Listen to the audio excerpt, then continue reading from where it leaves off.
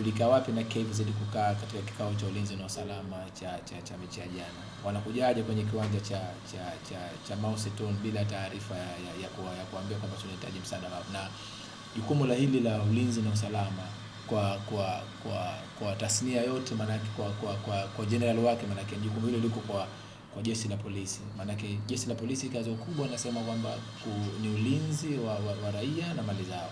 Kanuni imesema, sheria imesema kuwafungia KVZ kutokuingia na mashabiki kiwanjani. Kanuni imesema hivyo. Kuwafungia kuwapiga fine. Kanuni imesema hivyo.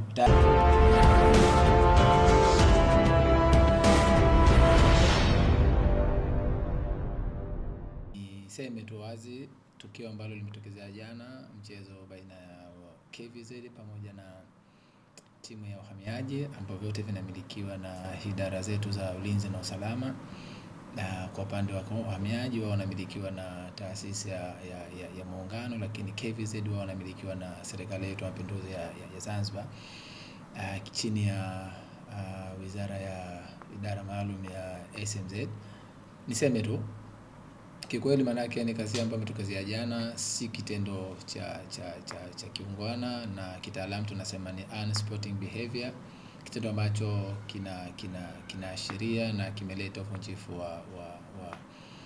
wa amani katika michezo, na tumepata damage ya baadhi ya wachezaji kushambuliwa pamoja na washabiki.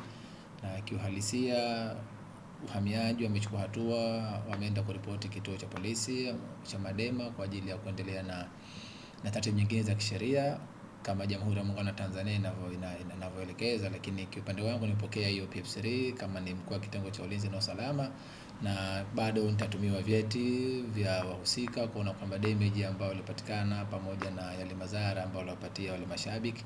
Kama unavyojua ndugu waandishi wa habari na wapenzi wa soka kwa ujumla, CAF kutusomesha sisi kwa harama kubwa, wanaona kwamba kuna haja sasa kwa kuleta, maana yake wanasema ile stadium promotive initiative promoting katika masuala ya viwanja, maana yake kuendeleza ile utamaduni wa safety and security kwa spectator, washabiki pamoja na wachezaji kwa ujumla. Wanataka kufanya CAF eneo la viwanja kuwa ni friendly to everyone to come katika kufurahia yale burudani ya mchezo wa mpira wa miguu. Una familia yako, una mtoto wako, una nini, uone maana yake mazingira rafiki. Kwa hiyo mambo ambayo yanaendelea katika mpira wetu wa Zanzibar sasa hivi kikweli, maana yake yamekuwa hayako sahihi. Unapokuja kiwanjani katika swala zima la kutoa ulinzi, basi lazima mkuu wa kitengo cha ulinzi na usalama niwe na taarifa ya ujio wako katika mechi yote ambayo inashuhudiwa kwenye shughuli zima za mchezo wa mpira wa miguu. Kwa hiyo niseme tu kitendo ambacho kilitokeza jana si cha kiungwana, na mimi nimekuchukia vikali na nimekasirishwa sana, kwa sababu haiwezekani kwamba unakuwa mkuu wa kitengo alafu yanatokea mambo while wewe uko pale. Nimejisikia shame kikweli jana, hata usingizi sikuweza kupata vizuri, kwa sababu ni kitu ambacho maana yake nakifanya na kipenda, ndio majukumu yangu ya kazi na nilivyopangiwa. Kwa sababu unapozungumza mpira, ndugu waandishi wa habari na wananchi kwa ujumla, mpira maana yake unasema kwamba una process zake, na process zake tunasema kwamba lazima wadau wote wakae pamoja kwa ajili ya kufanikisha ile mchezo mmoja. Tunasema kuna zile MCM, match coordinating meeting, kuna security meeting, kikao cha ulinzi na usalama kitakachofanyike.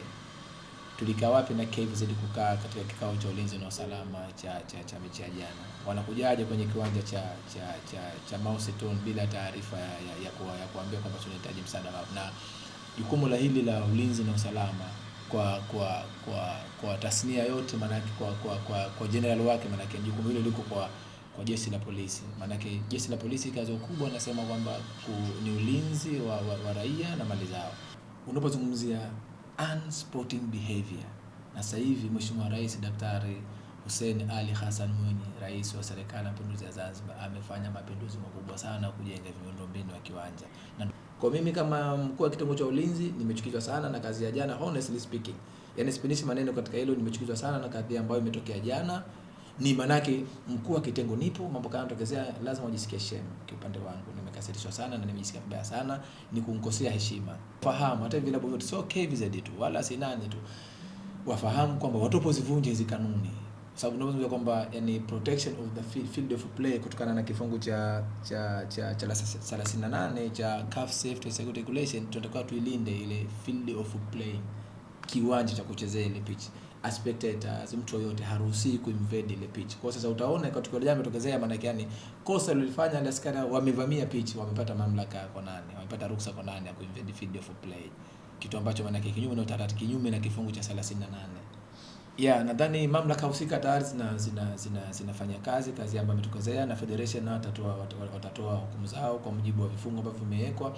Lakini mimi niwaombe ndio wapenda soka, wapenzi wa mchezo huu wa mpira wa miguu, mchezo ambao maana yake unapendwa sana hapa visiwani kwetu Zanzibar, na Dr. Ali Hussein Mwinyi amewaandalia mazingira mazuri. Kwa niwaombe sana kuendelea kuja viwanjani kwenda kutunga mkono. Nadhani jeshi la polisi tayari tumeshafanya nao mawasiliano kuona kwamba wanatupa support, kwa sababu wao ndio wenye dhamana ya kushirikiana katika masuala. Tuseme kwamba kila timu tukiruhusu sasa waje na vikosi vyao vya ulinzi na usalama, alafu wa intervene zile security personnel, zile security operations za kiwanja, hii haiko sahihi. Manake hata Ulaya tunaona kwamba ni kwa mfano anakuja askari anakaza juu, ana enjoy.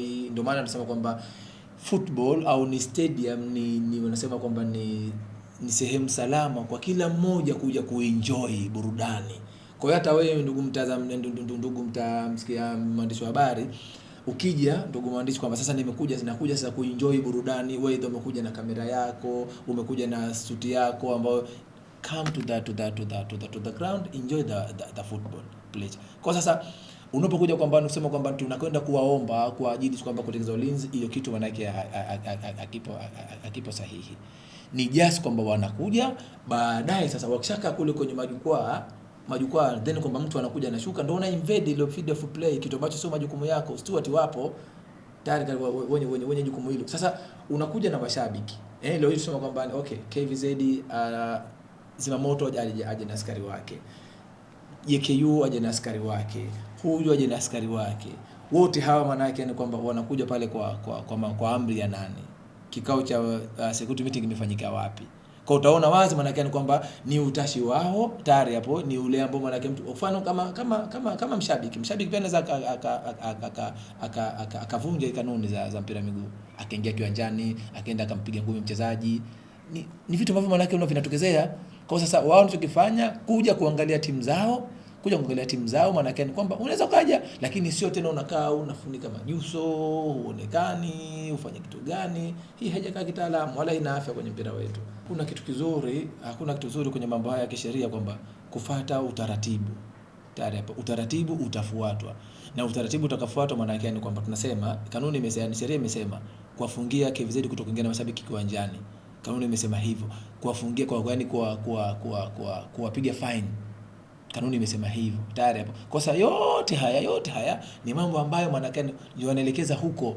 Kwa sababu manake na mpaka manake unafika pahala manake kutokana sasa na viashiria hivi vinavyoendelea kuwa na manake sanabidi kwamba sasa huyu KVZ sasa watakana na wataalamu wangu wanasema kwamba sasa tumekuwa tuna threat. Manake katika mpira tunasema kwamba tuna kitu to identify zile threat zote.